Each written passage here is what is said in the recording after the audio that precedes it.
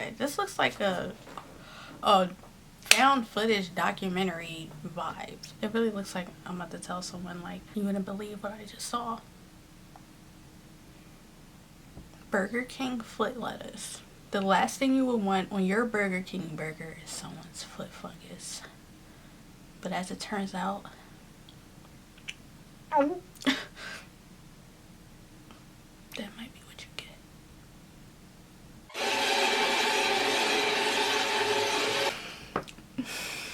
They'll eat you alive. Rip you to pieces. Their only target, that juicy booty. And man oh man, do they love a BBB. Who am I talking about, you might ask? Not me. Them. Zombies. A lot of suspense there. I'm Creepy Beanie and I just like talking about spooky stuff, okay? Today I am talking about, well, my top 5 scariest zombie universes. Okay, what universe with zombies am I not surviving? Because it's too scary. This is like my first face video on this channel, so hi, hello. I don't know what else to say. Social medias is in the description. I know how I am about watching videos. I want people to get to the point. I don't need a whole bunch of hooting and hollering. Let's get to it. I don't watch a lot of zombie movies, but I do watch enough of them. And the ones that really hit, I feel like, are the ones that just have a different approach with zombies. Because it's only so much you can do with zombies. Like, come on now. Like, my partner convinced me to change my number 1. The universe that I have at number 2, I was going to put that at number 1. But for number 1, I have Resident Evil. He bought me on this, okay? Because like the lore for Resident Evil is like really broad. You got the games, you got the movies, older games, the remakes. It's just like a lot to touch bases on. I'm not doing all that.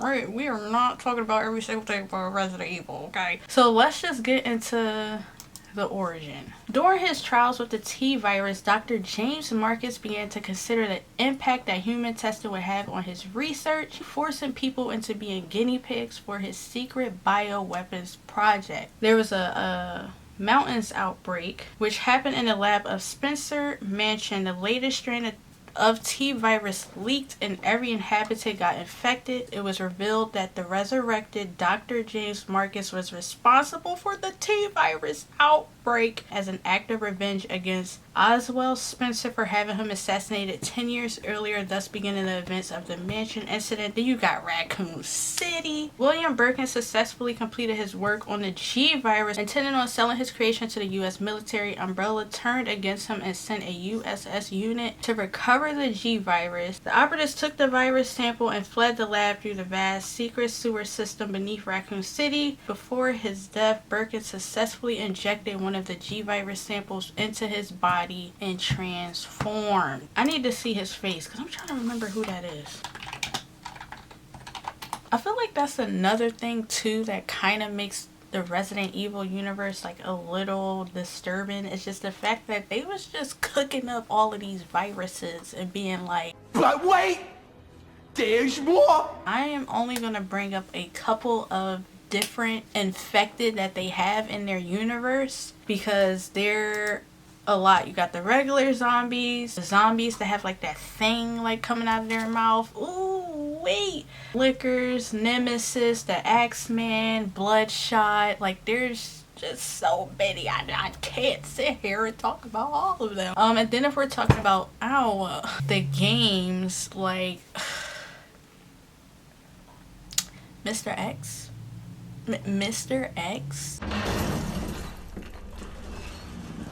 Jesus Christ. Nightmare fuel. So first you got the regular zombies in Resident Evil. Due to the degradation of their nervous system, most zombies move slowly, dragging themselves around. However, if a zombie has less degradation of the nervous system, they can be capable of moving quicker. Not being able to feel pain due to the degradation of the nervous system, zombies can take on more damage could take on more damage before collapsing. My notes looked a little, I was like, huh? They do, however, have increased muscle strength and advanced endurance. You might be able to juke up a zombie, but I don't know. Remember that one scene in Resident Evil? Which Resident Evil was that? I can't remember, but it was like the opening scene, Alice is fighting all these zombies like for like a good 10 minutes. Like, are we really her? No. We might be able to kinda outrun them, but like, we ain't Alice. Let me tell you something. I do not play about dogs. Now, I used to be a dog groomer like way back when. And let me tell you something. No, I do not like, I'm not a dog person. I'm not a dog person. So any zombie world where dogs can get infected and be after me,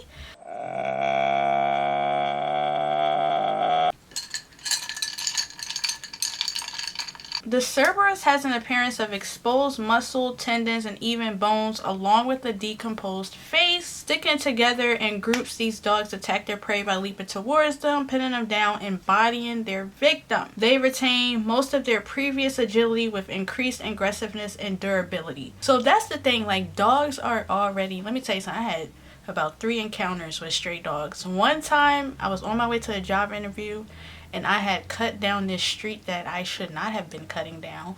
But it was like this, like, I want to say 6 months at the oldest. Like a little pit bull. He was so cute. He was white and gray. He was rummaging through trash. And I was like, okay, I want to turn around. But I'm literally like right there. And like the dog saw me, and man, I was like swinging my bag. And he's like, rah, rah, rah, rah, rah. I'm like, where your mama at? It's just increased. Like, it's just like a Chihuahua plus 10. Like, Chihuahuas are small, but can you imagine a Chihuahua in Resident Evil? If we can't even barely outrun a zombie, do you really think you're gonna outrun a dog? Next, the lickers. Like, known for its enormous tongue, the licker's tongue can stretch several feet long and slice through flesh. They have powerful claws that are strong enough to cling to ceilings and decapitate their victim. They have advanced hearing due to the lack of sight, enhanced strength, agility, and reflexes. Which Resident Evil? Now, I'm not a gamer, but I do enjoy watching a lot of people, like content creators, like play games. So I am familiar with like the Resident Evil games. I want to say it was Resident Evil. I love how I'm familiar with the games and I can't even remember which one it is. But y'all, I have anxiety and seasonal depression. I barely remember what I did yesterday. Was it Resident Evil 2 remake? I always get Resident Evil 2 remake and Resident Evil 3 remake confused. Yeah, Resident Evil 2 remake where Leon goes like into that room and like down in that hall. It's like when the liquor is like first introduced. I also looked up something, which if I can like insert a clip, I will. There was some other Resident Evil movie from like 2021 or something like that, which I didn't even know existed, where the liquor was like really small. The first Resident Evil, like the movie, and they show Alice and the liquor is ginormous. There's no way you're surviving that. I'm not Leon Kennedy. I'm not Jill. I'm not Alice. I'm not Aid. I'm not making it. That's what I am. Not making it. Then you have Nemesis standing at approximately 8 feet tall. I saw some stuff say about like 7. I saw some that said 8, approximately 8 feet tall. And he is an antagonist who is created to destroy any remaining STARS members. He is capable of shifting into a different form and possesses qualities such as superhuman strength, speed, durability. He has tentacle generation and regenerative healing factors. You tell me what you doing if you see Nemesis walking around. I can't do this.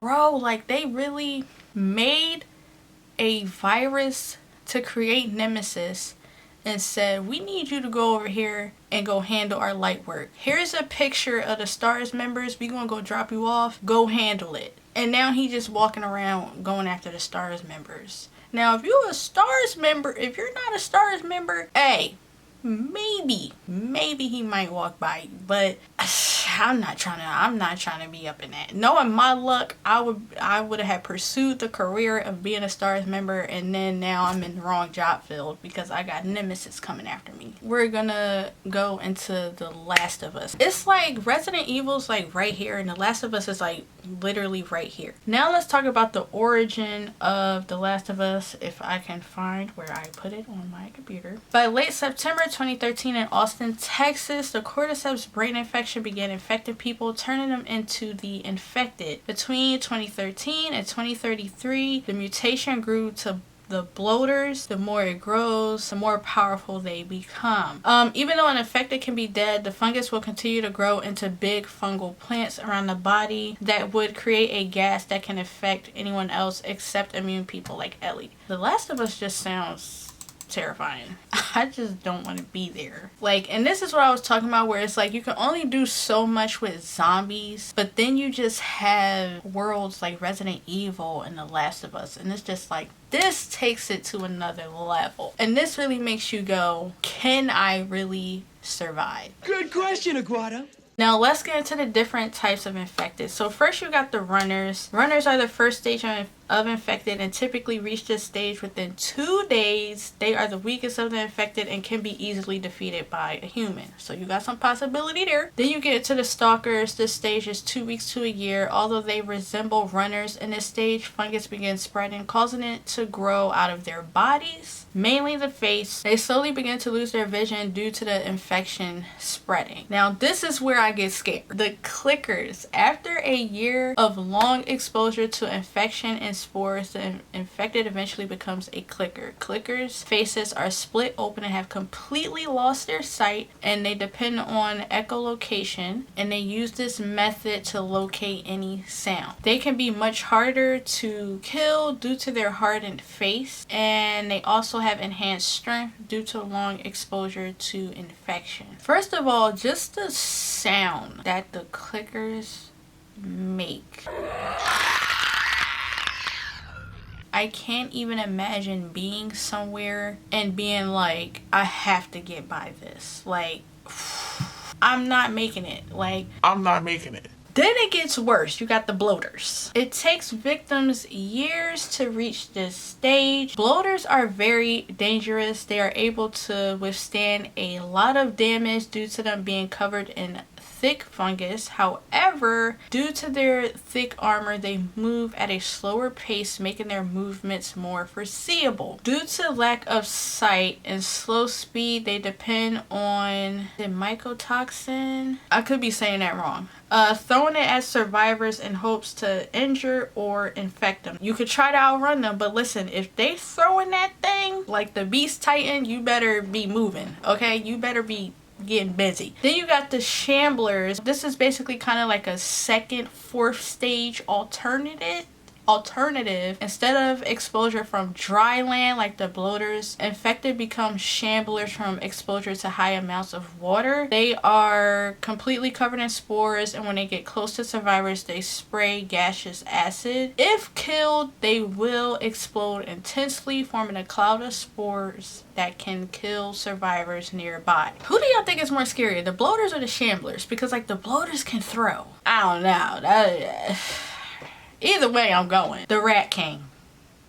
Do y'all remember that part in Resident Evil? I mean, what? Y'all remember that part in The Last of Us 2 where Abby had to fight that thing? Only encountered by Abby, the Rat King is a combination of stalkers, clickers, and bloaters. After being sealed in a room full of spores, the fungal growth spread and the infected merged with each other. It's said to have developed 25 years since the outbreak. The Rat King is the strongest, extremely dangerous, and aggressive, and can take on lots of damage. At number 3, I have I Am Legend. Now, again, I was going to put I Am Legend at number 4, But then I started reading about it and I was like, I'm gonna bump this up on the list. So far we have Resident Evil at number 1, The Last of Us at number 2, I Am Legend at number 3. Now, I kept seeing that they're called Dark Seekers. I kept seeing that they were vampires. Then I kept seeing that they were zombies. Alright, so in 2009, a genetically re-engineered measles virus, originally created as a cure for cancer, turns lethal. The virus mutates into a highly contagious strain, killing 90%, 5.4 billion out of 6 billion of the world's population, and turns 9.8. See, it says right here, into vampiric albino zombie-like cannibalistic mutants called Dark Seekers. Man, my eyes are gonna start watering because I'm just like, I Am Legend was like the first zombie movie that I watched that was like so different. Shaun of the Dead, Dawn of the Dead, like those, and like those are like the typical zombie movements. It's like, yo, this zombie ain't got nothing on me. But then I saw I Am Legend and I was like, no. Let's really get into like, who do they think they are? So given into the virus, the Dark Seekers obtain primal behavior. They do have, this is why I bumped them up on the list, or one of the reasons, they do have high intelligence as they are able to set traps as seen in the film. Their adrenal glands give them increased mobility. Due to increased metabolism, Dark Seekers have increased heart rate, breathing speed, and body temperature, which causes them to hyperventilate. And then some of their symptoms also include like dilated pupils, hair loss, inflamed gums, albinism, and primal state of madness. Because of their severe intolerance to UV radiation, they live a nocturnal life. Another reason why I bumped them up on the list, they also show some sign of emotion as seen in the film when the leader of the Dark Seekers is attempted to get the female infected from Will Smith. And again, we got some dogs showing up, and dogs can get infected. As we see when Will Smith has to body Sam, which is probably like the saddest scene in cinema most of us have seen. A lot of us probably won't even revisit that movie just because of that scene. I Am Legend is phenomenal. I definitely bumped it up on the list due to the fact that I was like, you know what? I never even like thought about that. And I started like really remembering everything in that movie, and like they was setting traps, because that's how they managed to get Will Smith like upside down. And then, oh, that was scary, because then remember he was like unconscious, but then he woke up and it was nighttime. I would be no good. Also, just the ounce of like emotion from them trying to like get the female Dark Seeker back, which during my reading I learned that that's not a romantic partner, that's actually his daughter. He just trying to get his daughter back. Why is Will Smith surprised that the Dark Seekers are coming for him? Also, another point that I remember was at the end of the movie when they all like were at the house and like they managed to break in. They only managed to find them because they followed them back to the house. What zombies do you know is smart enough to be like, there they go right there, let's follow them and see where they go? Yeah, they was wildin'. And like, they're so fast. Are they so fast? They also have a heightened sense of smell. I don't know if I brought that up. If they smart enough to trap you, I mean, buddy, call it in. Now on to number 4, which is Train to Busan. If you've never watched this movie, you need to watch this. If this was a video about like top 5 zombie movies, I would definitely be putting this at like number 1, because this movie just, I cried at the end. It just hurts. It hurts really bad. Just the acting and everything about it. Like, and I'm pretty sure there's like a prequel called Soul Station. Is that a prequel? I don't know. It's called Soul Station. You should definitely watch it, which that's also good as well. But let's get into the origin. The unnamed and unknown virus is a deadly artificial mutagen developed presumably unintentionally, has resulted in the contamination of natural water and first infected the animals like the deer seen in the opening scene, which reanimated after being ran over by a truck. The virus then surely and quickly spread to cities of Seoul and then throughout the rest of South Korea. Unlike Resident Evil, and The Last of Us, Train to Busan does not have like a bunch of different infected running around. Victims become infected through bites and scratches, and it only takes a few seconds to a couple minutes to turn. The zombies in Train to Busan turn so fast. You know how in like every movie and every video game, someone gets bit and they're like, No, I'm fine. risking everybody in the group. Train to Busan, there's not going to be any of that. You get bit, by the time you blink, you're going to be a zombie. Convulsive seizures and twitching are symptoms of the infected. Their main weakness is darkness and low lights. Dismemberment and broken limbs can slow them down, as they are very persistent when it comes to encountering an unaffected human. Destruction of the head or brain is the only way to defeat the infected. And then you have like some of their abilities, I guess you could say, is ferocious speed and agility, and just a mob mentality. They are so, like it says, they're persistent. I mean, that one scene where it's the dad, the child, and the pregnant woman run into that train, and you just see a bunch of them just like running, tumbling over each other. Why are they so fast? Like, we're so used to seeing like zombies like from The Walking Dead. You're like pop pop, they ain't doing nothing. But then you go to Train to Busan universe.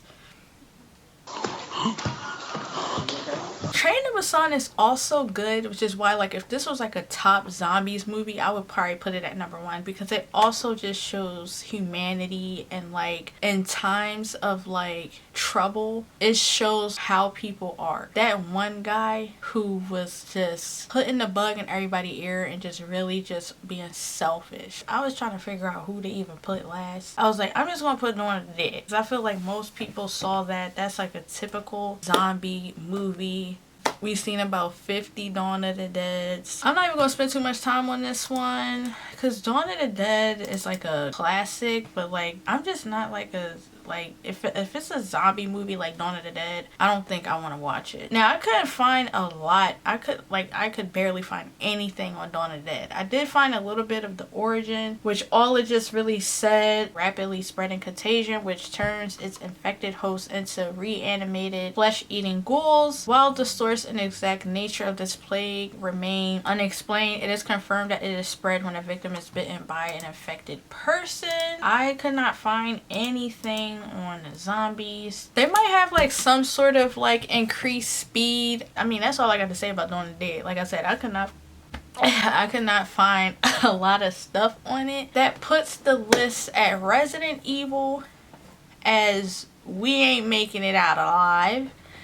Last of Us, if I encounter a clicker, I'm not making it. I Am Legend, Train to Busan, Dawn of the Dead. That's my scariest zombie universes. With that being said, that is my list. Thanks for listening to me ramble. This is always awkward. How do I end this? See you next time.